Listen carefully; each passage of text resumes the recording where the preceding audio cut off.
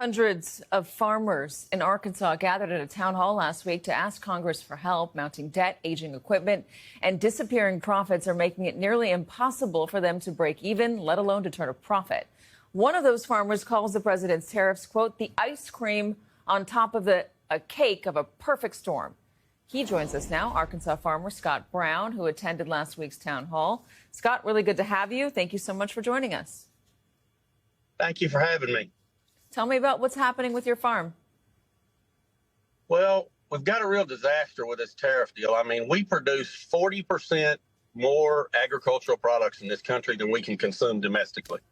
1 in every 4 rows of soybeans in every field in the entire United States of America has to go abroad. China is the largest importer of soybeans in the world. They import 61% of the world's market.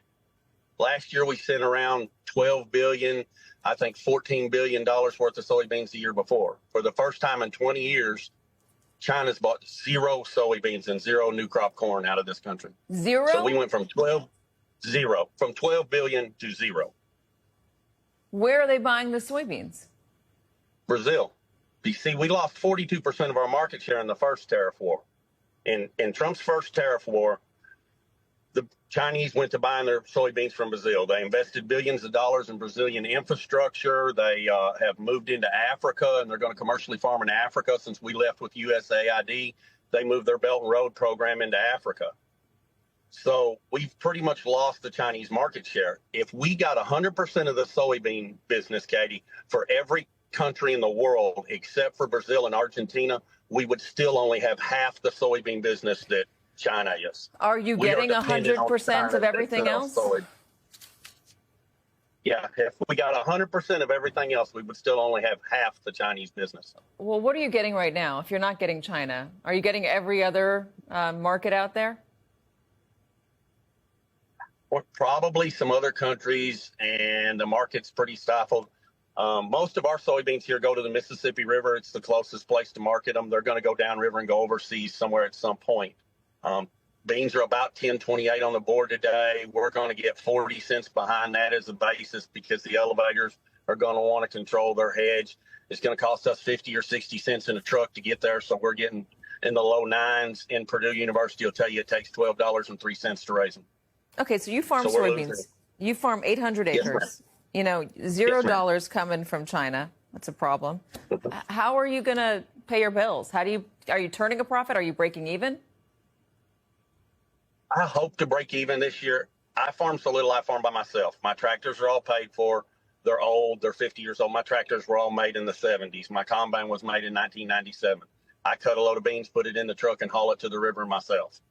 So I've got a lot less cost than most of these boys. I've got friends that farm 5,000 and 6,000 and 7,000 acres that have $1 million combines and 10 guys at $50,000 or $60,000 a guy trying to make this to break even. I don't know how they're going to do that. Time you put interest on a crop loan, you know, this entire crop went into the ground in Arkansas below the University of Arkansas's production. That means no rice, no corn, no beans, no milo, no peanuts, no anything would generate a profit at current inputs and the fall market prices. Last time Donald Trump had these tariffs, he gave farmers a leg up. He inserted money back into agriculture. If he were to do that again, how much money would he need to inject into the farm industry?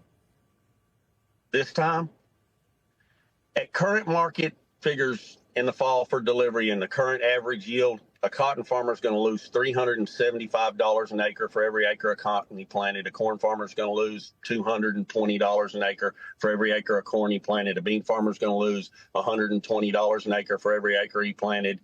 So you're talking last time it was between $105 an acre and $75 an acre. This time I'd say it'd take $150 or $200 an acre to square everybody up.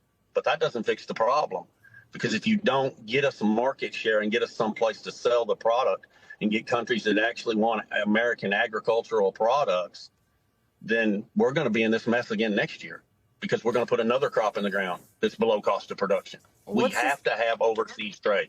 What's this doing politically? A lot of farmers voted for Donald Trump. I know you're not one of them, but what's it doing politically? Are they still set on Trump and his leadership?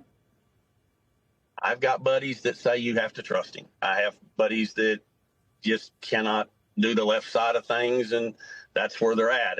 But now I went to the farm show in Decatur, and I met a lot of guys that farm up north that sings a lot different song than they sung 7 months ago or 8 months ago.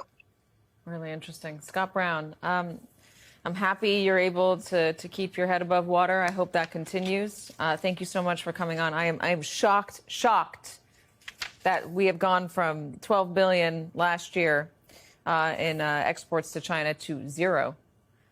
What a shocking number, Scott. Thank you for bringing that to us.